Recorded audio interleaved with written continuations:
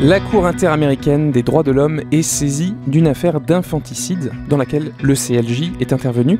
Il s'agit d'une femme condamnée pour homicide par le Salvador, et la question principale de l'affaire est de savoir si cet homicide était une fausse couche, un avortement tardif manqué ou un meurtre sur mineur. Alors que l'Argentine vient de légaliser l'accès à l'avortement et qu'une marche pour la vie est organisée ce week-end à Paris, nous revenons ce soir sur l'analyse juridique du début de la protection de la vie et la qualification en droit de ce qu'on appelle l'infanticide. Avec moi sur le plateau d'RCF pour en parler, Grégoire Pupinck, directeur de l'ECLJ, et Nicolas Bauer, chercheur associé.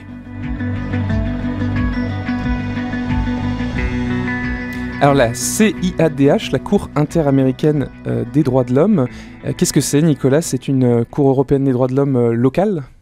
Oui, exactement, c'est un peu l'équivalent de la Cour européenne des droits de l'homme. C'est la juridiction en fait de l'organisation des États américains. Donc comme nous avons le Conseil de l'Europe, en Amérique, c'est l'Organisation des États américains, et la Cour interaméricaine des droits de l'homme, c'est leur juridiction. Et assez souvent, d'ailleurs, elle se situe en référence à la Cour européenne des droits de l'homme. Elle observe beaucoup ce qui se passe en Europe. Et comme en Europe, un particulier, une association, peut la saisir contre un État en invoquant des droits de l'homme. Oui. Ils ont le même système de fonctionnement que nous, un petit peu. Il y a une convention qui est protégée. Oui, c'est ça. Il y a la une Convention américaine des droits de l'homme avec différents droits. Donc, il y a le droit à la vie, il y a le droit à la vie privée, il y a des droits de la défense, il y a des droits des détenus, tout ça. Et donc, dans cette affaire particulière, que se passe-t-il ? Alors, dans cette affaire, pour cette affaire, les faits remontent à 2008, donc elle est assez ancienne. Et donc c'est une ONG donc, qui est requérante, mais qui représente une femme donc, qui est déjà décédée, qui s'appelle Manuela, et qui en fait a été condamnée pour homicide, comme vous le disiez. En fait, pour vous dire les faits rapidement, elle a toqué à la porte d'un hôpital un jour en disant qu'elle avait fait une fausse couche, et le médecin, en l'examinant, s'est dit qu'en fait elle mentait et qu'elle avait avorté. Et l'avortement étant un crime au Salvador, étant reconnu comme un crime, il a fait un rapport au procureur, et ensuite il y a une perquisition dans sa maison, et on s'est rendu compte qu'en fait elle n'avait pas avorté, que le bébé était né, et qu'elle l'avait ensuite tué. Et donc cette ONG qui a saisi la Cour interaméricaine des droits de l'homme dit deux choses. Déjà, l'infanticide, cette femme y a été un peu contrainte puisque l'avortement est interdit au Salvador, donc elle avait que cette solution. Et elle invoque plusieurs droits de l'homme, en particulier le droit à la vie privée de cette femme, en disant que le médecin, en ayant communiqué au procureur des données médicales sur cette femme, a violé son droit à la vie privée. Alors, qu'est-ce que vous pensez de ces requêtes des ONG dans cette affaire, Grégoire Pupinck ? Alors oui, c'est une affaire importante parce qu'il y a aujourd'hui une pression très forte exercée sur les pays d'Amérique centrale et d'Amérique du Sud, d'Amérique latine, pour la légalisation de l'avortement. Donc on l'a vu récemment, cette affaire fait partie de cet effort. Cette affaire a été introduite et soutenue par l'un des principaux lobbies nord-américains de l'avortement, le Centre pour les droits reproductifs, soutenu avec tout un groupe d'ONG qui en fait gravitent toutes dans la même orbite, on va dire généralement des organisations effectivement de défense des droits de l'homme, qu'on peut qualifier d'extrême gauche, libérale, financée par l'Open Society de George Soros. Donc effectivement, c'est toujours ce groupe-là qui est à l'œuvre et qui cette fois-ci a choisi cette affaire pour essayer d'imposer la condamnation du Salvador et finalement la légalisation de l'avortement. En l'espèce, ils ont choisi un angle un peu particulier, qui est notamment celui qu'a décrit Nicolas Bauer, et puis celui du secret médical, avec l'idée que finalement le secret médical devrait couvrir et de son impunité, on va dire donner une certaine impunité à l'infanticide et à l'avortement. Certes, l'avortement est illégal au Salvador, mais le respect du secret médical devrait protéger les personnes qui y recourent ou qui même pratiquent l'infanticide. Et dans cette affaire Manuela, il faut aussi le préciser, il y a en fait 17 cas d'infanticide provoqués après la naissance. Voilà. Et donc c'est vraiment une affaire grave, une affaire importante qui vise à conduire à la légalisation de l'avortement au Salvador. C'est ça, juste pour préciser, en fait, il y a quand même plusieurs cas d'infanticide, plusieurs ONG qui interviennent, et en quelque sorte, en fait, elles reprochent aux médecins d'avoir fait une sorte de dénonciation. Voilà, c'est ça qu'elles veulent plus qu'ils... En fait, lorsqu'il y a un infanticide, eh bien évidemment, les médecins ou les personnes qui en ont connaissance doivent le signaler et ces organisations nord-américaines principalement, eh bien essayent d'invoquer le secret médical pour condamner le Salvador en disant regardez, en fait, ces femmes n'auraient pas dû être condamnées car les actes qu'elles ont commis, l'infanticide, n'auraient pas dû être révélés à la police. Donc le but, effectivement, c'est de couvrir d'une forme d'immunité du fait du secret médical des actes d'infanticide. Et au-delà, c'est de remettre en cause, évidemment, l'interdiction de l'avortement du Salvador.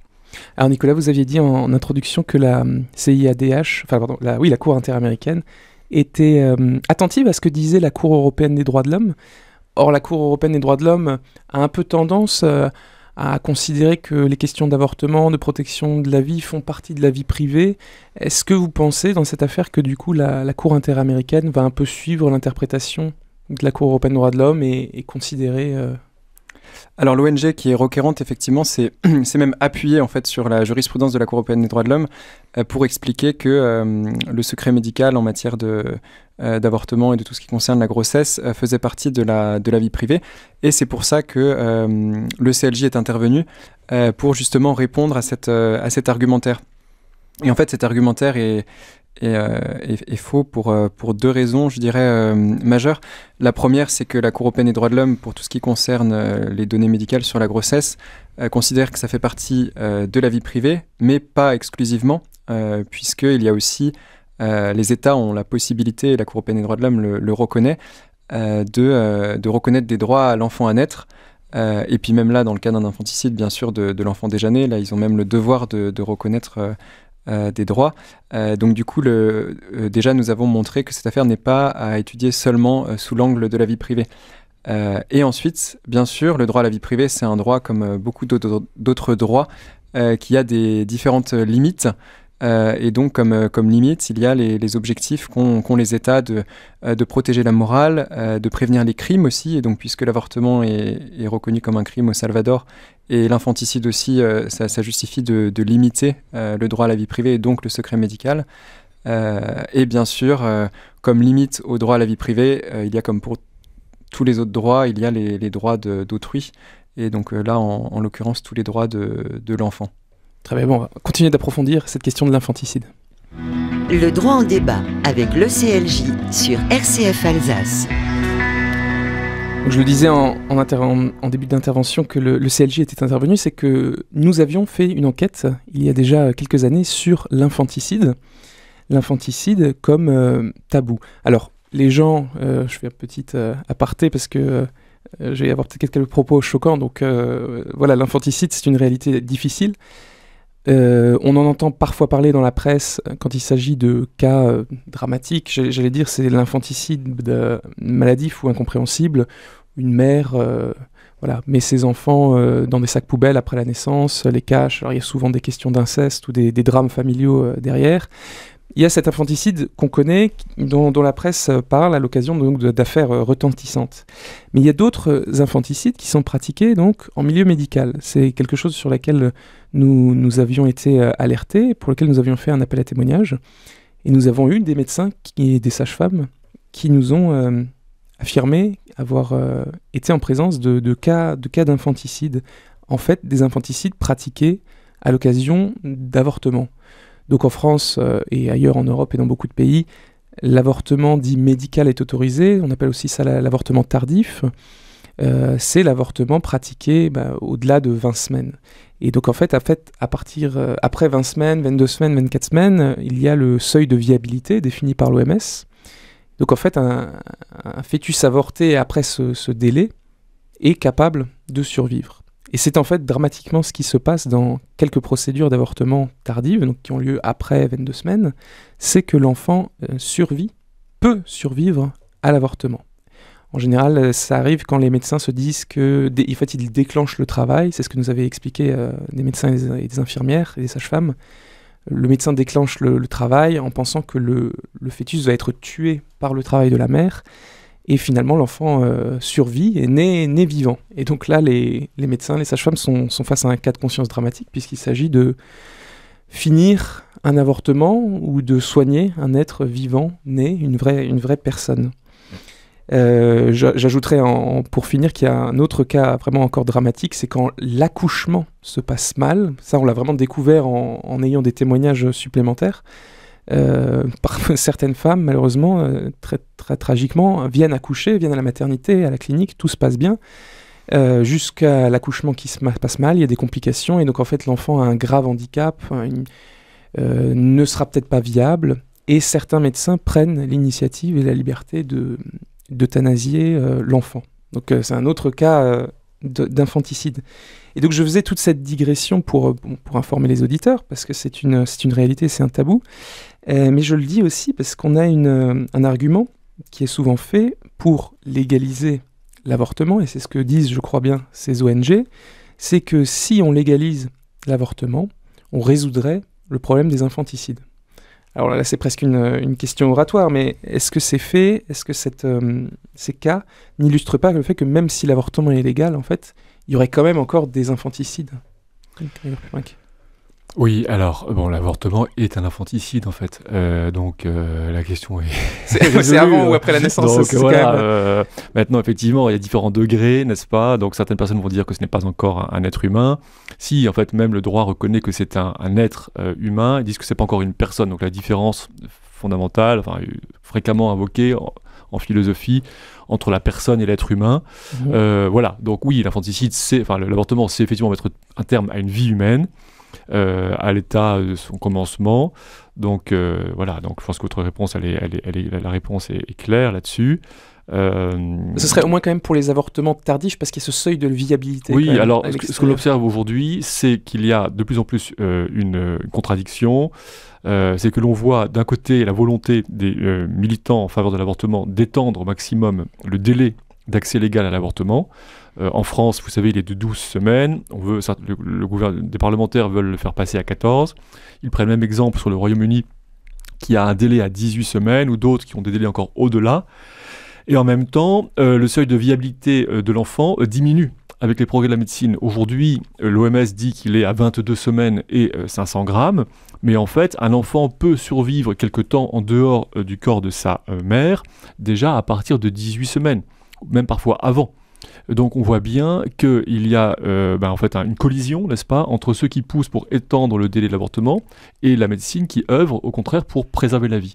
Et nous sommes dans des situations où parfois, même dans la même journée, on a eu des témoignages où le matin, un médecin va provoquer un avortement tardif sur un enfant handicapé, et l'après-midi, il va à l'inverse essayer de sauver la vie d'un enfant prématuré au même stade de grossesse.